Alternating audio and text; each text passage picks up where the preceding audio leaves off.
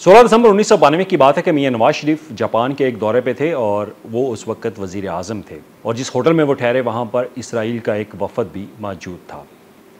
अब उसकी वो मुलाकात इस वफ़द में पस मंज़र में मुलाकात हुई या नहीं, इस पर आज हम बात करेंगे। लेकिन उससे पहले, क्योंकि ये मौजू है पाकिस्तान और इसराइल के हवाले से, तो आजकल जो मिडल ईस्ट में क्राइसिस चल रहा है उस हवाले से भी आप जानते हैं। हालिया कतर के ऊपर जो इसराइल की तरफ से एक अटैक किया गया, एक टारगेट अटैक किया गया, उस पर जो माहिरीन हैं वो कहते हैं कि अब ये बहरान बढ़ेगा, रुकेगा नहीं। अब आज ही खबर चली कि वज़ीर-ए-आज़म पाकिस्तान दोबारा फिर एक दूसरा दौरा जो है वो करने जा रहे हैं कतर का।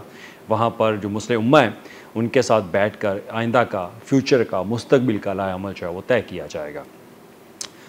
पिछले साल की बात है कि मैं चाइना में अपनी इंटरनेशनल स्टडी के लिए मैं गया हुआ था पब्लिक पॉलिसी एंड मैनेजमेंट के ऊपर। तो वहाँ पे हमें बहुत ज़्यादा रिसर्च पेपर जो है वो पढ़ने को मिले। तो इन्हीं रिसर्च पेपर में मैं एक सिक्योरिटी के मामलात के ऊपर जो है वो काम कर रहा था, सिक्योरिटी इश्यूज़ के ऊपर, जो साउथ एशिया और मिडल ईस्ट के ऊपर। तो अपनी लाइब्रेरी के अंदर मुझे एक पेपर मिला, वो पेपर था पाकिस्तान और इसराइल के ऊपर, पाकिस्तान और इसराइल के तल्लुकात के ऊपर। तो मैं चाहता हूँ कि आज उस पेपर को मैं आपके सामने रखूँ और ये पेपर जो है उसका लिंक भी हम आपके साथ शेयर करेंगे अगर आप उसे पढ़ना चाहते हैं। तो ये इस पेपर को जो लिखा है, जिसने ये स्टडी की है, वो ऑथर जो है वो भी इसराइल से उनका ताल्लुक़ है और वो 3 किताबें जो हैं वो ख़ास तौर पर इस्लाम के ऊपर लिख चुके हैं। जो साउथ ईस्ट एशिया में इस्लाम है, इसके ऊपर उन्होंने ख़ास तौर पर 3 किताबें अपनी लिखी हैं। तो ये पेपर भी उन्हीं का है और वो Jerusalem centre of public affairs के जो है उसका ख़ास तौर पर वो मेंबर हैं और वहाँ पर वो ये स्टडी लिखते हैं। और इसके साथ ही उन्होंने बहुत ज़्यादा रिसर्च जो है वो मिडल ईस्ट के ऊपर भी की हुई है। अगर आप वाकई इस तमाम सिनेरियो को समझना चाहते हैं ना, तो वो इस शख्स की आप जाके स्टडी जो है वो पढ़ लें। अब आप कहेंगे कि हमें इसी शख्स को क्यों पढ़ना चाहिए? देखिए, एक चीज़ है कि चाहे आपका दुश्मन हो या दोस्त, आप सब की बात जो है वो लाजमी सुने। जो आपका दोस्त कह रहा है या आपका दुश्मन कह रहा है, सुनना आपको सबको चाहिए। बज़ाहिर ये इसराइल से हैं और इनका ताल्लुक़ जो है वो फ़ॉरेन अफेयर ऑफिस से है। 1956 से 1996 तक ये आदमी, ये ऑथर, ये फ़ॉरेन अफेयर ऑफिस जो है वो इसराइल का, वहाँ पर अपनी कमांड जो है वो संभाल चुका है। कौंसलेट भी रहे, एम्बेसडर भी रहे।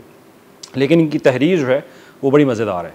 ये तहरीर हमें बताती है कि पस मंज़र में पाकिस्तान के और इसराइल के साथ क्या मुलाकातें होती रहीं या नहीं। बज़ाहिर तो हमारा जो महकमा ख़ारजा है उनकी तरफ से तो डिनाई किया गया कि पस मंज़र में कोई ऐसी मुलाकात जो है वो नहीं हुई। लेकिन ये कुछ चीज़ों का ऐसा ज़िक्र करते हैं जिस पर इनकार नहीं किया जा सकता और कुछ ऐसी मुलाकात भी है जिसको वाज़ेह तौर पर पाकिस्तान ने एक्सेप्ट भी किया कि ये मुलाकात वाकई ही हुई थी।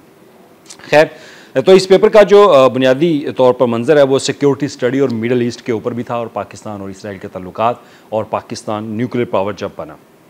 तो इसमें मियां नवाज शरीफ का जो मैंने ज़िक्र किया कि जब वो जापान के दौरे पे थे तो वहाँ पर एक इसराइल का वफ़द भी मौजूद था।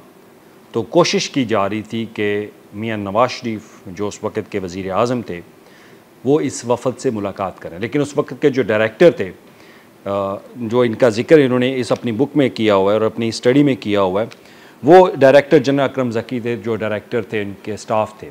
तो उन्होंने फ़ौरी तौर पर इनकार कर दिया कि ये मुलाकात यहाँ पे नहीं हो सकती, क्योंकि उसकी वजह है क्योंकि पाकिस्तान का एक बयानिया है कि वो इसराइल के साथ ताल्लुकात उस वक़्त तक नहीं शुरू कर सकते या निभा नहीं सकते। और उसकी वजह सिर्फ़ ये है कि फ़लस्तीन को जब तक एक आज़ाद रियासत डिक्लेयर ना किया जाए, क्योंकि पाकिस्तान अरब ममालिक के साथ जो है वो उनका शराकतदार है और उनके साथ हमारे ताल्लुकात हैं और हमारा जो पॉलिसी है फ़ॉरेन पॉलिसी, उसमें हम क्योंकि इस्लामिक कंट्री हैं तो हम किसी बात को एक्सेप्ट नहीं करें। ये बात वाज़ेह उस वक़्त तक उनको बयान की गई थी। और मियां नवाज शरीफ से पहले जब ये वज़ीर आज़म थे, उससे पहले भी जब ज़ुल्फ़िकार अली भुट्टो सदर थे, तो उनके टेन्योर में भी ऐसी बातें जो हैं वो होती रहीं कि पस मंज़र में मुलाकातें होती रहीं। लेकिन इस किताब में जो स्टडी में लिखा गया है उसमें ये भी बताया गया कि जो महकमा ख़ारजा है पाकिस्तान का, फ़ॉरेन अफेयर ऑफिस, उन्होंने इन मुलाकातों से जो है वो इनकार किया। अब बात करते हैं पाकिस्तान का जो इस न्यूक्लियर प्रोग्राम था। अब ये जो ऑथर है ये यहाँ पे लिखता है कि ये एक इस्लामिक बम है। पाकिस्तान जब न्यूक्लियर पावर बना तो ये उनके लिए, इसराइल के लिए सबसे बड़ा थ्रेट था। ये बाकायदा इन्होंने इस बात को ज़ोर दिया और इस पर इसराइल ने बहुत ज़्यादा कोशिश की, अमेरिका के ऊपर भी दबाव डाला गया कि पाकिस्तान को रोका जाए कि वो एटमी धमाके ना करे। हालांकि आजकल सब बच्चों को पता है कि पाकिस्तान के ऊपर उस वक्त जो प्रेशर आजकल हम जो मीडिया में सुन रहे हैं, जो काफ़ी लोगों ने इस बात को जो है वो आने वाली नस्ल तक पहुंचाया कि किस तरह से उस वक्त प्रेशर था कि पाकिस्तान एटमी धमाके ना करे। तो उस धमाकों में इसराइल का भी एक बहुत बड़ा हाथ था, वो प्रेशराइज़ कर रहा था अमेरिकन गवर्नमेंट को कि पाकिस्तान जो है वो एटमी धमाके ना करे। तो इस पर उस वक्त भी वज़ीर-ए-आज़म पाकिस्तान जो मियां नवाज शरीफ थे, तो उन्होंने एक अखबार को इंटरव्यू देते हुए कहा कि उन्हें अगर ख़तरा है तो पाकिस्तान के न्यूक्लियर को वो इसराइल से है। और आपको याद होगा कि कोहटा में उस वक्त भी हमारा जो न्यूक्लियर एसेट्स थे उनको तबाह करने की कोशिश जो है वो की गई, लेकिन पाकिस्तान ने अच्छा खासा उस वक्त प्रेशर बिल्ड किया और इस चीज़ को रोका।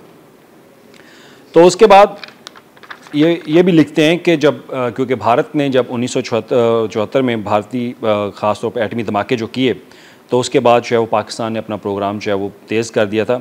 तो इसराइल ने उस वक्त भी ये ख़दशात का इजहार किया था कि पाकिस्तान जो है एक इस्लामिक बम जो है वो बन जाएगा, क्योंकि उनको ख़तरा ये था कि पाकिस्तान अपने जो न्यूक्लियर जो एसेट्स हैं वो हो सकता है ये टेक्नोलॉजी बराह रास्त वो ईरान को दे और सऊदी अरेबिया का दो।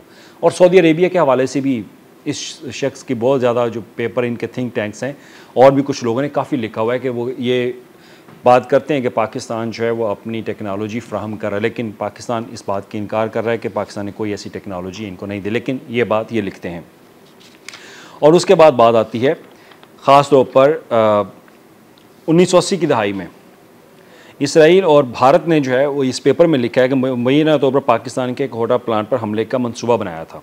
ये ऑथर जो है वो लिख रहा है कि इसराइल ने ये प्लान बनाया था कि वो पाकिस्तान के जो कोहटा जो प्लांट है वहाँ पर हमला करे, लेकिन खैर पाकिस्तान ने प्रेशराइज जो किया तो उसके बाद मियां नवाज शरीफ ने बाकायदा कहा कि ये बात हकीकत है कि इसराइल पाकिस्तान के जो एटमी प्लांट है वहाँ पर अटैक करना चाहता, लेकिन बहुत ज़्यादा प्रेशर जो है वो इस पर आया। तो इसमें 3 हमारी हुकूमतें जो है उनको डिस्कशन जो है इसके ऊपर की गई। बहुत एक बड़ी तहरीर है इनकी, आप लाजमी इसको पढ़ें। तो उसके बाद परवेज़ मुशर्रफ का दौर जो है वो आता है, उसको भी डिस्कस किया गया। तो परवेज़ मुशर्रफ के दौर में भी उन्होंने कहा कि पहली बार पाकिस्तान और इसराइल के वज़ीर ख़ारजा की बाज़ाब्ता मुलाकात जो है इस्तांबुल में हुई। तो इस पर खुर्शीद कसूरी वो आज भी हयात हैं, मेरी भी एक दफ़ा मुलाकात हुई, तो उन्होंने बाकायदा इस बात को तस्लीम किया था कि उनकी मुलाकात जो है वो इस्तांबुल में हुई थी। तो जो इसराइल का मीडिया था उसने इसको हिस्टोरिक मीटिंग कहा कि वो पस मंज़र की जो बातें ये सब बयान करते हैं किस तरह से पाकिस्तान और इसराइल के जो सफ़ीर हैं, जो फ़ॉरेन उनके लोग हैं न्यूयॉर्क के अंदर, इस्तांबुल के अंदर और दीगर ममालिक में, वहाँ पे उनके साथ मुलाकात करते रहे हैं। लेकिन पाकिस्तान ने हमेशा इसका इनकार किया और पाकिस्तान के पास 3 वजूहात थी। एक, पहला फ़लस्तीन अरब ममालिक के साथ शराकतदारी, हमारी फ़ॉरेन पॉलिसी कि हम एक मुस्लिम मुल्क है, हम किसी भी ऐसे मुल्क को एक्सेप्ट नहीं करेंगे जो दूसरों के हकूक़ के ऊपर जो है वो डाका डाले।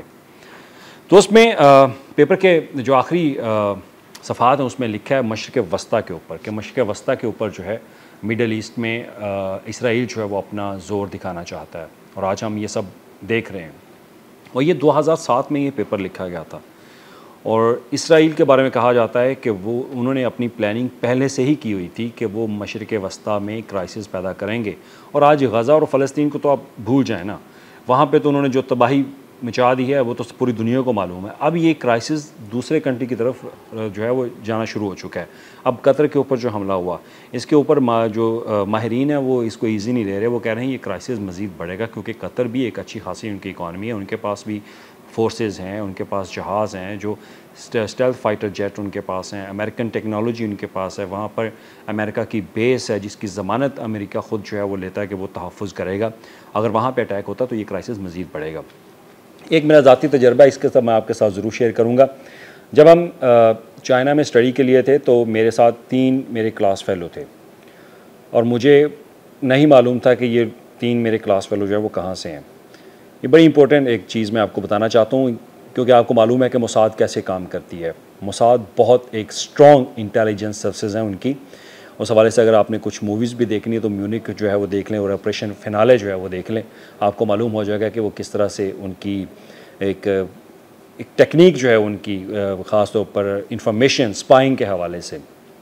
तो मेरे साथ 3 क्लास फेलो थे मेरे। तो जब तक मैं उनके साथ स्टडी करता रहा मुझे नहीं मालूम हुआ कि वो लोग कौन हैं। इवन कि एक लड़की थी और 2 लड़के थे। एक लड़की ने प्रेजेंटेशन दी, हमारे लास्ट डेज चल रहे थे ग्रेजुएशन के, तो उसने जब प्रेजेंटेशन दी तो फिर जाके हमें हमारे क्लास फेलोज़ को मालूम है कि ये तो इसराइल से है। वो कभी किसी से बात नहीं करते थे, ये तीनों जो हमारे क्लासमेट्स थे, कभी उन्होंने हमसे बात नहीं की। हालांकि ये 2 लड़के, इनमें से एक लड़का जो है वो मेरी डॉर्मेट्री में रहता था, लेकिन कभी उससे मुलाकात नहीं हुई और ना ही कभी उसने कोई बात की। लेकिन ग्रेजुएशन होने के बाद जब वो अपने मुल्क वापस जाने लगा था तो 2 दिन पहले उसने मेरे से बात की। तो मैं था और मेरे साथ एक ईरान का लड़का था। वो मेरे पास आया, वो कहता कि बड़ा अच्छा टाइम गुजरा। मैंने कहा भाई हमने तो आप कभी आपसे बात ही नहीं की। तो मैंने कहा आप वैसे है कहाँ से? कहता मैं इसराइल से हूँ। तो मैं बड़ा हैरान, मैं कहा यार एक बंदा जो है वो मेरे साथ 4 माह से पढ़ रहा है, मुझे यही नहीं मालूम हुआ कि वो बंदा कहाँ से है। और दूसरे दोस्त से वो मैं हाथ मिलाता है कि आप कहाँ से, वो कहता है ईरान से। तो वो कहता है कि आप यहाँ पे स्टडी क्या करें, क्योंकि वो जो लड़का ईरान से था वो हमारा क्लास फेलो नहीं था, वो वैसे मेरा दोस्त था। क्योंकि मैं पाकिस्तान से था, वो ईरान से, तो हमारी गुफ्तगू होती रहती थी। तो उसने कहा कि मैं यहाँ पे न्यूक्लियर जो है ना वो स्टडी कर रहा हूँ। तो वो उसने जब ये बात सुनी वो हंसना शुरू हो गया। खैर, बताने की बात ये है कि ये लोग जो हैं वो अपने कंट्री के साथ सिंसियर, और ये कभी किसी को महसूस नहीं होने देते कि ये कौन है और कहाँ से आए हैं। इवन कि हमारे प्रोफेसर्स को भी नहीं मालूम था कि ये कहाँ से हैं। तो अपनी वो खामोशी जो है वो ज़ाहिर करते और गैर महसूस तरीके से वो अपनी रिसर्च और एकेडमिक जो अदारों हैं वहाँ पर वो अपने समाजी नेटवर्क के साथ काम करते हैं।